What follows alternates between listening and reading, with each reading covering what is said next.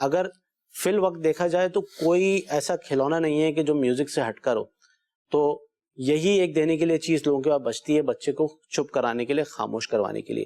یاد رکھیں یہ جو شروع کا پیریڈ ہے یہ انتہائی اہم ہے بچے کی مینٹل گروتھ کے لیے، ذہن کے لیے۔ جو بچہ اپنی اس عمر سے، بچپن سے میوزک سنے گا، ناؤ یو کین امیجن کہ وہ بڑا ہونے کے بعد کس طرف ڈائیورٹ ہوگا۔ آپ اپنے بچوں کو بچپن سے ہی اللہ تبارک و تعالیٰ کے ذکر سے اس کو بہلائیں، نعت سنائیں، ذکر اللہ سنائیں، حمد سنائیں۔ آپ دیکھیے گا کہ اس کی برکت سے انشاءاللہ عزوجل اس بچے کی جو مینٹل گروتھ ہے وہ ڈبل ہو جائے گی۔ جب اللہ تبارک و تعالیٰ کا ذکر ہوگا، جب اس کے حبیب علیہ الصلوۃ والسلام کا ذکر ہوگا، تو اس بچے کو جو سننے کو ملے گا وہی چیز کا وہ عادی ہوگا، اور ایک عمر آئے گی کہ وہ بچہ خود میوزک سے، گانے بازوں سے بیزار ہوگا۔ کیوں؟ کیونکہ اس نے اپنی انیشیل ایج میں ہی اللہ کا ذکر سنا، اس کے حبیب کا ذکر سنا۔ تو یہ مطلب یہ ایک ظاہر سی بات ہے کہ مدنی چینل ایک مذہبی چینل ہے، اور ہم یہاں بیٹھ کے یہی بات کریں گے، لیکن یہ فیکٹ ہے کہ جو بچے بچپن سے ہی میوزک سن رہے ہوتے ہیں، میوزک سننے کے بعد ان کی باڈی کے اندر جو ایکشنز پیدا ہوتے ہیں، بڑے ہونے تک وہی ایکشنز آ رہے ہوتے ہیں۔ پھر ماں باپ پریشان ہوتے ہیں کہ ہمارا بچہ کیسی حرکتیں کر رہا ہے۔ جی ڈاکٹر اس میں یہ عرض کروں کہ یہ بچہ مارنا کہاں سے سیکھتا ہے؟ جی، بڑا امپورٹنٹ فیکٹر ہے۔ بائی ڈیفالٹ تو اس کو تو پتہ ہی نہیں ہے مارنا کیا ہے، چیخنا کیا ہے، یہ ساری نیگیٹو چیزیں سیکھتا کہاں سے ہے؟ کسی کو مارتا ہوا دیکھتا ہے تو سیکھتا ہے۔ وائلنٹ بیہیویئر بیسیکلی یہ کہلاتا ہے۔ سیکنڈ، جیسا بھی آپ نے عرض کیا کہ موبائل دے دیتے ہیں، تو موبائل دے دیا یا کوئی پیڈ وغیرہ دے دیا، تو اب یہ اس میں کارٹون بیسیکلی انکلوڈ کر دیں آپ۔ تو اس میں جتنے بھی آپ کارٹون کا جو میں نے اسٹڈی دیکھی ہے، تو یہ مارنا پیٹنا ہائپر ایکٹیو بیہیویئر ہوتے ہیں، بہت زیادہ ہائپر ایکٹیو موومنٹ ہو رہی ہوتی ہے اس کے اندر۔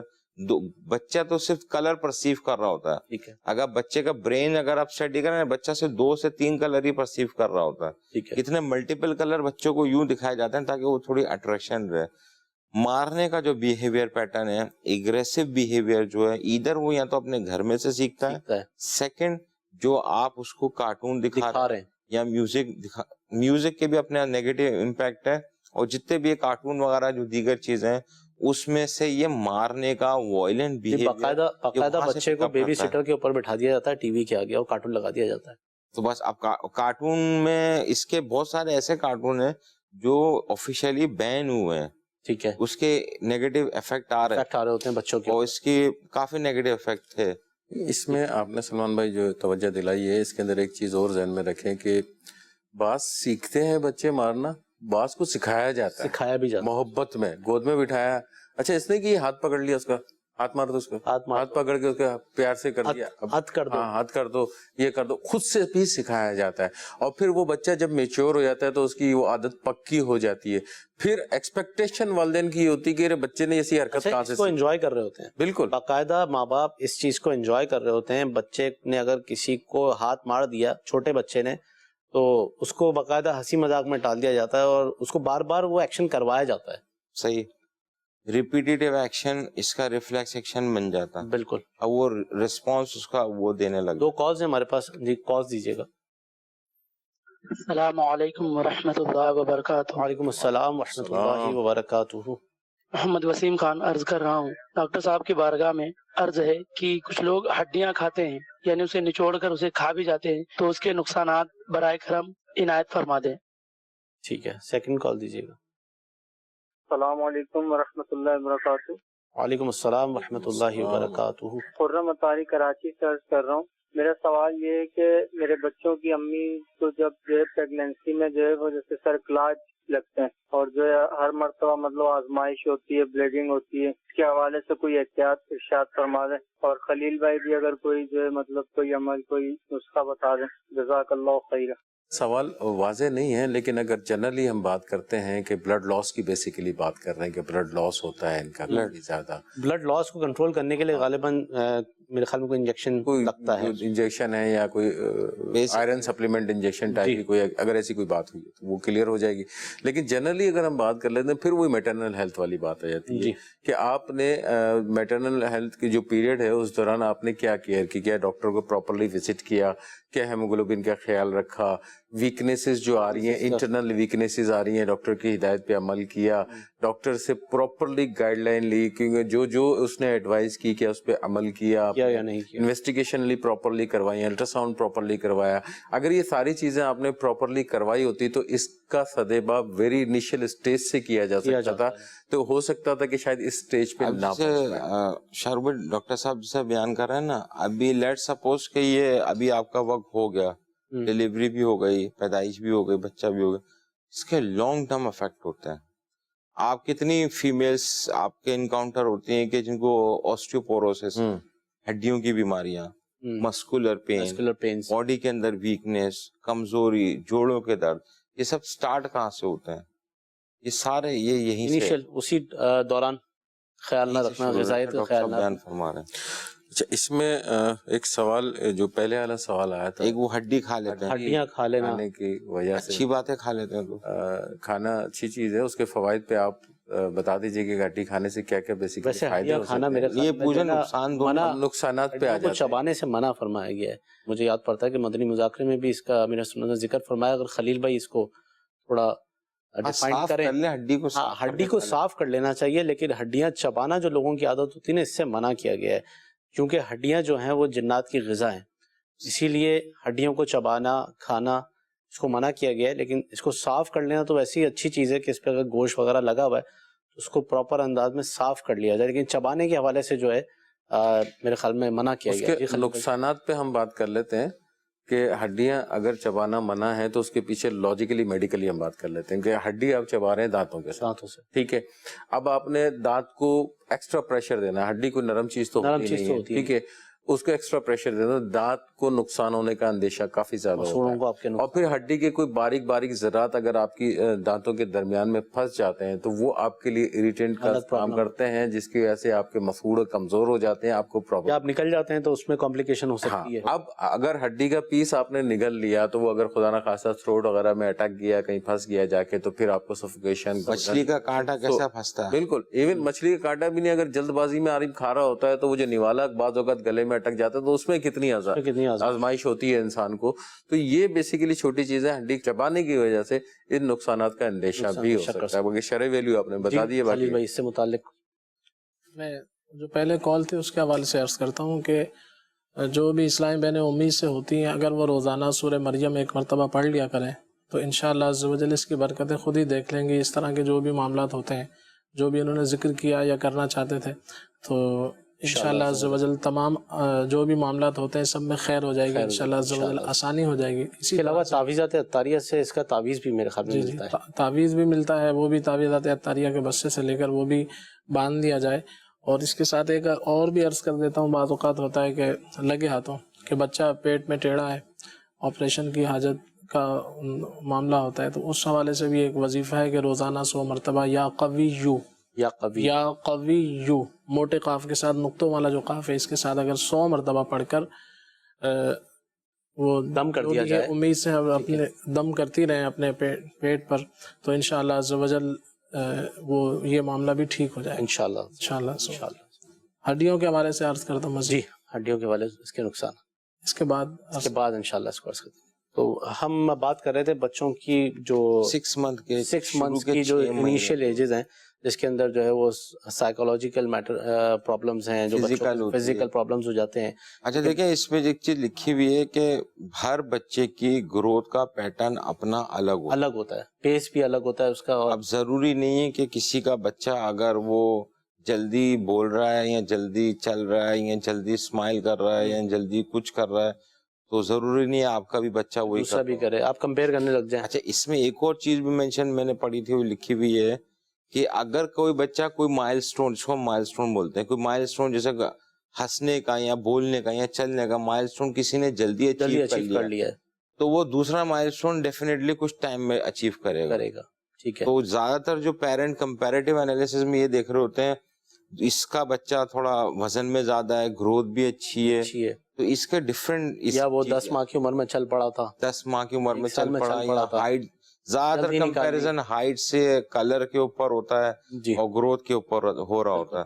تو یہ ہر ایک کا گروتھ کا اپنا پیٹرن ہوتا ہے. کسی کا اس میں پھر ڈیلیڈ ڈیولپمنٹل ڈس آرڈر بھی ایک فیکٹ چیز ہوتی ہے, ٹھیک ہے, وہ ایگزسٹ کرتی ہے معاشرے میں, لیکن کچھ سمجھنا پڑتا ہے, سمجھنا ضروری ہے کہ اگر یہ شروع کے 6 منتھ میں اگر آپ نے یہی بار بار یہ 6 منتھ کا یوں رکھنا ہے, آپ نے کیئر اپنی بچے کی, اپنی کیئر بچے کی کیئر نہ کی, تو وہ ڈیولپمنٹل یہ بالکل انیشیل اسٹیج ہے. جیسے شروع میں میں نے مثال دی تھی کہ اس پودے کی 1 سال تک تو بہت کیئر کرنی پڑی, اس کے بعد وہ خود نکلنا شروع ہو گیا, اس نے اپنی جو ہے نا خود بخود اپنی ڈیولپمنٹ اسٹارٹ ہو گئی. اس میں ایک اور اگر آپ دیکھیں, آپ نے بڑی اچھی ایک بات بولی تھی کہ آپ نے کہا اس پہ ایک سہارا دیا, ایک سہارا دیا, پھر وہ گروتھ اوپر گئی. اچھا, اس میں ایک سمجھنے کا فیکٹر بہت ضروری ہے. آپ کا بچہ اگر کسی وجہ سے گرو نہیں کر رہا یا وہ کچھ ایسے ایکشنز دے رہا ہے, تو سب سے پہلے ضروری ہے کہ آپ کی اٹیچمنٹ اتنی اسٹرانگ ہو اپنے بچے کے ساتھ کہ اس کی عادات اور حرکات کو آپ سمجھیں, اور اس کو سمجھنے کے لیے بچے کے اوپر کنسنٹریشن ضروری ہے, توجہ لازمی ہے. نئی چیز شروع ہوئی ہے اسپیچ تھیراپی. یہ اسپیچ تھیراپی یوں شروع ہوئی ہے کہ آپ اپنے بچے کے ساتھ کمیونیکیشن ہی نہیں کرتے. بالکل, آپ بچے کو وقت تو دیتے ہیں, بچے کا وقت زیادہ تر ٹیکنالوجی کے ساتھ ہے, گیجٹس کے ساتھ ہے, اور ماں باپ کا بھی گیجٹس کے ساتھ obviously زیادہ وقت ہو گیا. اسپیچ کرنے کی یعنی بولنے کی صلاحیت ہے وہ تھوڑی ڈیلیڈ ہونے, اس وجہ سے اس وقت زیادہ شکایتیں یہ ہیں کہ بچے بولنا دیر سے سیکھ رہے ہیں. ہاں, تو کیوں کم ضروری ہے, ہر ایک کا اپنا پیٹرن ہوتا ہے. ہم 2 کالز ہیں ہمارے پاس, ہم کالز لے لیتے ہیں انشاءاللہ. السلام علیکم ورحمۃ اللہ وبرکاتہ. وعلیکم السلام ورحمۃ اللہ وبرکاتہ. ڈاکٹر کو فالو اپ کرتے رہیں تو انشاءاللہ سی سیکشن سے بچ جائیں گے, لیکن میرا سوال یہ ہے کہ اب تو ڈاکٹرز جو ہے وہ 99% تو نہیں کہہ سکتا, لیکن 90% ڈاکٹرز چاہتے ہی ہے کہ سی سیکشن ہو تاکہ ان کو انکم زیادہ ہو, ان کا ٹائم بچے. سی سیکشن میں مثال 10 منٹ لگتی ہے, نارمل میں آدھا پونا گھنٹہ لگ جاتا ہے. تو اس بارے میں آپ جو ہے وہ رہنمائی فرمائیں کہ ہم خود کس طرح سی سیکشن سے بچ سکتے ہیں, ہماری فیملی کو بچا سکتے ہیں. صحیح. سیکنڈ کال دیجیے گا. السلام علیکم ورحمۃ اللہ وبرکاتہ. وعلیکم السلام ورحمۃ اللہ وبرکاتہ. ڈاکٹر صاحب ارشاد فرمائیے کہ ہمارے 2 بچے ہیں, جڑواں ہیں, اس میں ایک کمزور ہے, ایک ہیلتھی ہے فزیکلی, تو اس کی بھی کچھ وجہ ہو سکتی ہے؟ بالکل. فرسٹ کوشچن کو لے لیتے ہیں کہ آج کل یہ سوال میرے ذہن میں بھی آیا تھا, لیکن کالر کے ذریعے آگے تو زیادہ موضوع ہے کہ آج کل یہ سی سیکشن جو ہے نا وہ انکریز ہو گئے ہیں, اور اگر یہ کہا جائے کہ 98 یا 99% اس کی طرف جایا جا رہا ہے تو یہ غلط بات نہیں ہے. دیکھیں, یہ سی سیکشن جو ہے نا, اس کا جو بھی گائناکولوجسٹ آپ کا دیکھ رہے گا اس کو آپ کی پوزیشن صحیح پتہ ہوتی ہے. ٹھیک ہے, کہ آپ کا جیسے ابھی ڈاکٹر صاحب نے بھی کچھ بیماریوں کا ذکر کیا, جیسے پری کلیمشیا ایک بیماری ہے, بلڈ پریشر ایک, اس کے پریگنینسی کے دوران بلڈ پریشر بھی ہوتا ہے, جسٹیشنل ڈائبٹک بھی ہو رہی ہوتی ہے, جیسے ان دوران ڈائبٹک بھی ہو رہی ہوتی ہے. پھر پوزیشننگ کے افیکٹس بھی ہوتے ہیں, اگر آپ کا فالو اپ کتنا ہے, آپ الٹرا ساؤنڈ کتنے مانیٹر کرتے جا رہے ہیں, کتنے ویک کے اوپر آپ جا رہے ہیں, اور فیمیل ہیلتھ میں خون کتنا موجود ہے, ہیموگلوبن لیول کتنا ہے, either she is stable enough to deliver normally, important یہ ہے.